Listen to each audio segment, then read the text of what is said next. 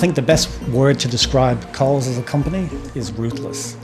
They are so intent at squeezing every cent that they can out of every single situation and scenario that they can. You will be a hero when you can deliver it, but you'll go to zero just as quick. Darragh Whelan spent almost a decade at Coles, rising to manager at a store in Melbourne's Outer East. I started off with a lot of ambition. I was very motivated and keen to get promotions and pay increases and that sort of stuff, which did come. Darragh claims Coles pressures salaried managers to work unpaid overtime to move up the ranks. I've got so many great colleagues at Coles, so many great hard-working people that were like myself, that were just working to the best of their ability, but they're all stuck in that same doom loop of the carrot dangling in front of you.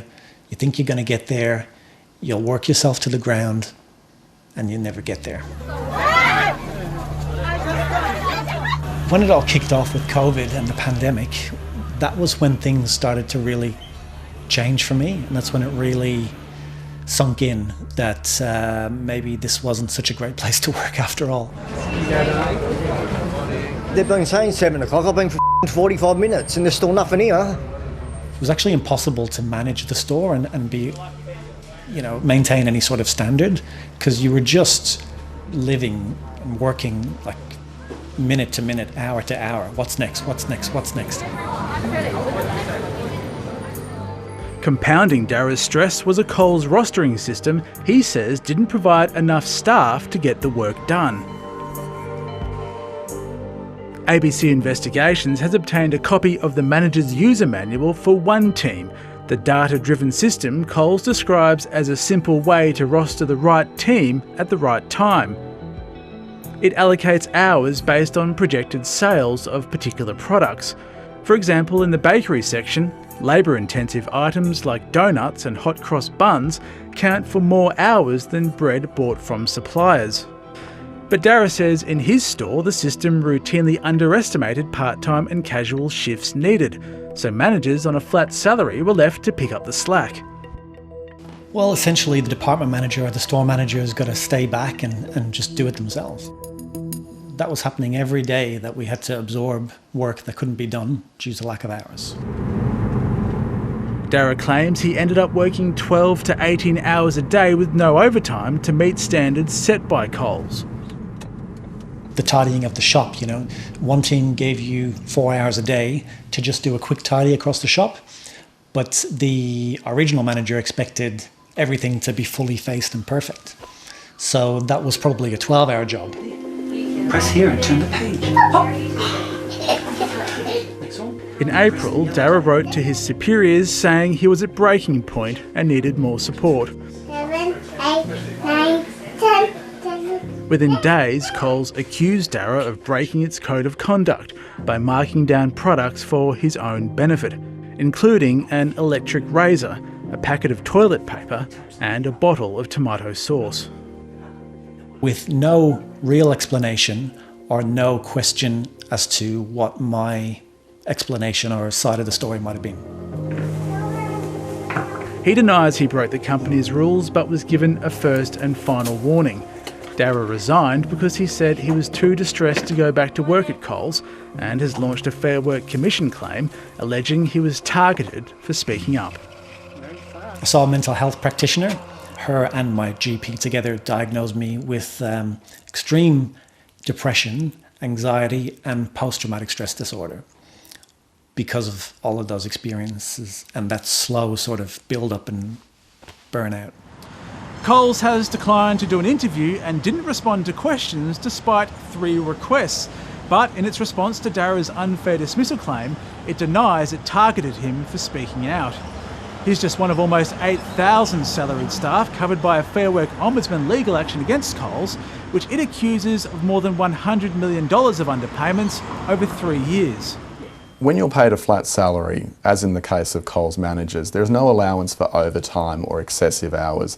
There's no ability to say, hey, this is too much. And what you see in that model is people being told, yes, get this outcome done, which means to you in reality you work 55, 65 hours. Class action lawyer Rory Markham is running a separate claim against Coles over the same alleged underpayments, but he puts the figure above $300 million. The real concern for Coles is that their system of staffing and resourcing reflected a budget and a desire to achieve a sale, rather than the reality of how many hours it took to actually achieve that sale. I did bring it up that I was working on average 60 hours a week, and this response was, you just need to better time manage, which was quite insulting to me. I've been in management for a very long time, and time management has never been an issue for me. 40 adults, 30 kids. Erica McDonald says when she became an area manager at Coles in 2018, she was shocked by the amount of pressure. It wasn't unusual over a Christmas period for me to take about 120 phone calls during the day. Erica's job was managing cleaners and trolley collectors at 11 stores around Perth, and even if she reached her performance targets, she was still pushed to compete with other regional managers. Because we've got what we call a ladder in Coles, so every week you'll get a report where you are ranked on every aspect of what you've done. So even if you achieve your budget or achieve your targets, you could be still number 8 in the region. Erica says the job took over her life. I ended up sleeping 1 or 2 hours a night because if I do wake up in the middle of the night, I'm going, I've still got so much to do. This is a waste of time. I've got to get up. I often got up 1 o'clock in the morning and would start working.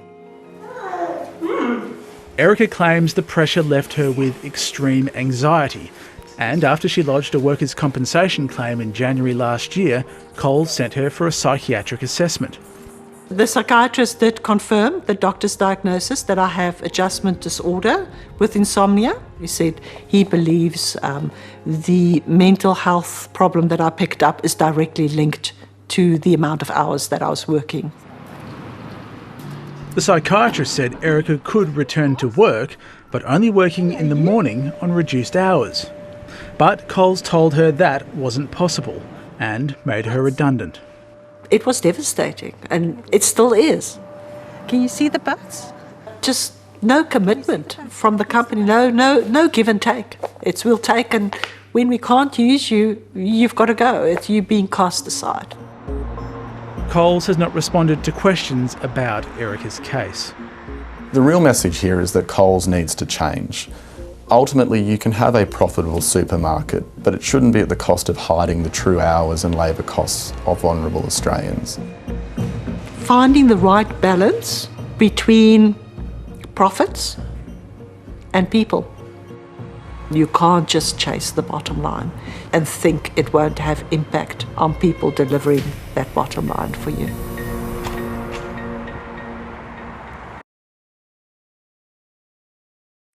Hi, I'm Lee Sales. Thanks for watching this story. If you'd like to watch more of 730's stories, they are on the left of your screen.